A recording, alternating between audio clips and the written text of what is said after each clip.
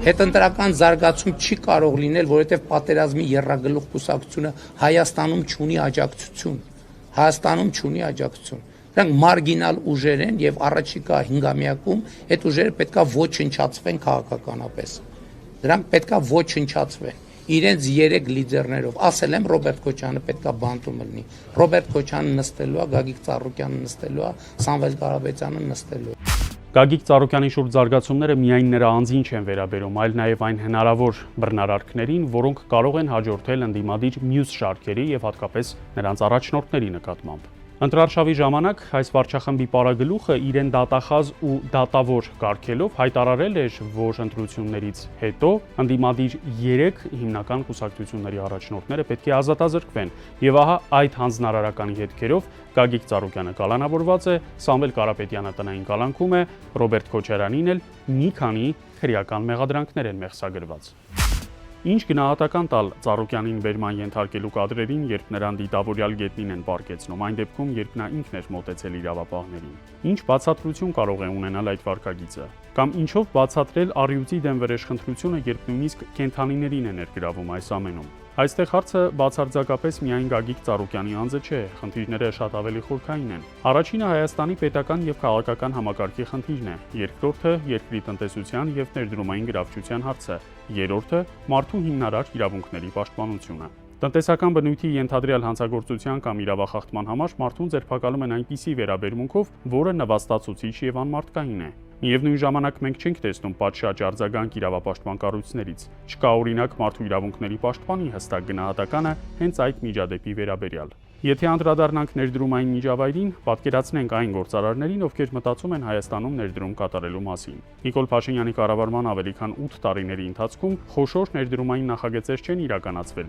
եւ պատճառներից մեկը հենց վարչախմբի վարած քաղաքականությունն ու կառավարման ոճն է։ Երբ գործարարները տեսնում են, որ քաղաքական նպատակահարմարությունից ելնելով հնարավոր է ցանկացած պահի ճնշումներ կիրառել, դա լուրջ ազդակ է ամբողջ բիզնես համայնքի համար։ Մենք տեսնում ենք նաև սեփականության իրավունքի սահմանափակման մասին հայտարարություններ, պետականացման նախաձեռնություններ, ինչպես նաև Սամվել Կարապետյանի շուրջ ստեղծված իրավիճակը, որը հենց սեփականության բռնի վերաբաշխման փորձ է։ Այս ամենը հստակ ազդանշան է գործարարներին։ Այսօր լրողները կամ իշխանությանն աջակցողները նույնպես հասկանում են, որ վաղը կարող են հայտնվել նույն իրավիճակում։ Նրանցից կարող են պահանջել տարբեր ծառայություններ, ֆինանսական աջակցություն կամ այլ զիջումներ, իսկ հրաժարվելու դեպքում կիրառել նույն մեխանիզմները։ Այն երկրում, որտեղ առկա են ճնշումներ եւ իրավական անորոշություն, բիզնեսը երկար չի մնում։ Առաջին հերթին հեռանում են հենց խոշոր ներդրողները, որոնք ունեն միջազգային կապեր եւ համագործակցում են արտասահմանյան ընկերությունների հետ։ Իհարկե, այս ամենի պատճառները քաղաքական են։ Եթե ամբողջ պատկերը դիտարկենք, կտեսնենք, որ մեր պետությունը կառավարման փաստացի լուրջ ճգնաժամի մեջ է։ Թղթի վրա մենք ունենք սահմանադրություն, սակայն իրականում ձևավորվել է մի համակարգ, որտեղ գրեթե ամեն ինչ կախված է մեկ մարդու կամքից եւ որոշումներից։ Այն, որ ցուցադրական մարդուն գետնին են տապալում, ձեռնաշղթաներ են հագցնում եւ այլն, սա չի կարող հասարակության մոտ չառաջացնի հակառակ ազդեցությունը եւ մասնավոր շփումներում եւ նաեւ սոցիալական ցանցերում մենք դա տեսնում ենք, այսինքն մարդիկ իսկապես եւ ազդված են եւ չեն կարողանում հաշտվել այդ մտքի հետ, որ կարելի է պարզապես ուրեմն խոստանալ, որ գետնին է փռելու, խոստանալ, որ ունե զրկելու է եւ առանց բավարար հիմքերի գնան այդ ճանապարհով։ Հարց է առաջանում, ինչու հենց հիմա հիշեցին Գագիկ Ծառուկյանին։ Պատճառը նրա քաղաքական ակտիվացումն է եւ ընտրություններին մասնակցելու հայտ ներկայացնելը, երբ Փաշինյանն ասում է լեզուտ շատ է երկարել։ Եթե իսկապես առկա էին փողերի լվացման կամ այլ տնտեսական բնույթի խախտումների վերաբերյալ հիմնավոր կասկածներ, ապա ինչու դրանք չեն բացահայտվել ավելի վաղ։ Ինչու հենց այս փուլում։ Բնականաբար Հայաստանում կան նաև այլ գործարարներ, որոնց գործունեության վերաբերյալ կարող են տարբեր հարցեր առաջանալ, հարկային պարտավորություններից մինչև տնտեսական այլ խնդիրներ։ Սակայն նրանց նկատմամբ նման գործողություններ չեն իրականացվում։ Սա ցույց է տալիս, որ որոշիչ գործոնը քաղաքական դիրքորոշումն է։ Ծառուկյանը վաղուց էր քաղաքական հայտ ներկայացրել, սակայն վերջին շրջանում նրա հրետորաբանությունն ու ակտիվությունն ըստ երևույթին իշխանության համար անընդունելի դարձան։ Փորձ է արվում ընդդիմությունը վերացնել ինստիտուցիոնալ մակարդակով, կալանավորելով առաջնորդներին։ Հայաքվեի համակարգող Ավետիք Չալաբյանի կալանավորումը եւս դա է վկայում։ Հայաքվեն կազմակերպված կառույց է եւ նրա համակարգող Ավետիք Չալաբյանի նկատմամբ ամբողջությամբ շինց ու քրեական գործ հարուցվեց։ Նրան կալանավորեցին նպատակ ունենալով թույլատնելու այդ կազմակերպությունը։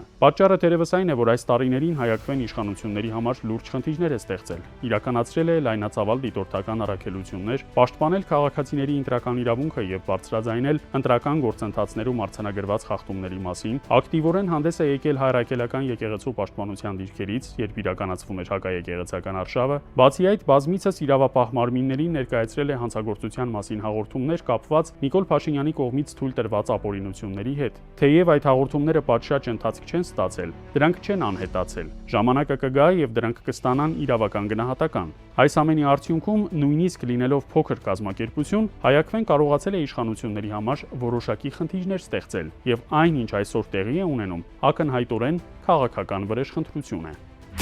Ոչ մի բան դուք չկարողացաք ապացուցեք, ինչ արեցիք։ Ինչ եք ուզում հիմա այդ մարդկանցից էլի, ասենք պահեցիր բերդում։ Գիտես ինչն է բանը, որ չի հասկանում, որ ինքն է նվաստացած։ Այսինքն մենք նայում ենք հիմա Ծառուկյանին, որին ինքը նվաստացնում էր եւ այդ կադրերը, որ հրապարակում են եւ այլն, բարձր չէ, որ Փաշինյանի սրտի բանը, որ բավարարում են իր այդ սրտի ցանկությունները, բայց Ծառուկյանի նկատմամբ համակրանքը հանրային աճեց։ Նիկոլ Փաշինյանի գործելավոճում մեկ հստակ եւ հետեւողական միտում կա՝